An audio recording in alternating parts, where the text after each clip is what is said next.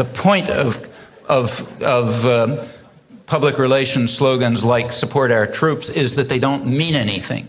They mean as much as whether you support the people in Iowa. Of course, there was an issue. The issue was, do you support our policy? But you don't want people to think about the issue. That's the whole point of good propaganda. You want to create a slogan that nobody's going to be against, and I suppose everybody will be for, because nobody knows what it means, because it doesn't mean anything. But its crucial value is it diverts your attention from a question that does mean something. Do you support our policy? And that's the one you're not allowed to talk about. So you have people arguing about, do I support the troops? You know, of course I don't not support them, and so on. And then you've won. That's like Americanism and harmony. We're all together, you know, empty slogans. Let's somehow join in them. Let's make sure that we don't have these bad people around who disrupt all of our harmony with their talk about class struggle and their rights and that sort of business. Well, that's all very effective. It runs right up to today. And of course, it is carefully thought out. You know, the people in the public relations industry aren't there for the fun of it. They're doing work. They're trying to instill the right values. In fact, they have a conception of what a democracy ought to be.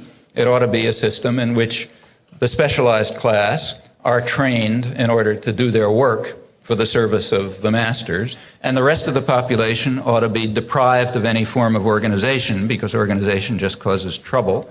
They ought to be sitting alone in front of the television set and having drilled into their heads daily the message which says the only value in life is to have more commodities, or to live like that rich middle-class family you're watching, and to have nice values like harmony and Americanism. And that's all there is in life. You may think in your own head that there's got to be something more in life than this, but since you're watching the tube alone, you assume I must be crazy because that's all that's going on over there. And since there is no organization permitted, that's absolutely crucial. You never have a way of finding out whether you're crazy, and you just assume it because it's the natural thing to assume. So that's the ideal. And great efforts are made into trying to achieve that ideal, and there is a certain conception of democracy behind it. The conception of democracy is the one that I mentioned. The bewildered herd are a problem. We've got to prevent their rage and trampling. We've got to distract them. They should be watching the Super Bowl or sitcoms or, you know, violent movies or something. Every once in a while you call on them to chant meaningless slogans like "support our troops," and you got to keep them pretty scared, because unless they're scared properly and frightened of all kind of devils that are going to destroy them from outside, you know, or inside or somewhere, they may start to think, which is very dangerous because they're not competent to think. And therefore it's important to distract them and marginalize them. Well, that's a conception of democracy. And in fact, going back to the business community, the last legal victory for labor really was 1935, the Wagner Act. After the war came the decline of unions, and in fact of a very rich working class culture that was associated with the unions. That was destroyed.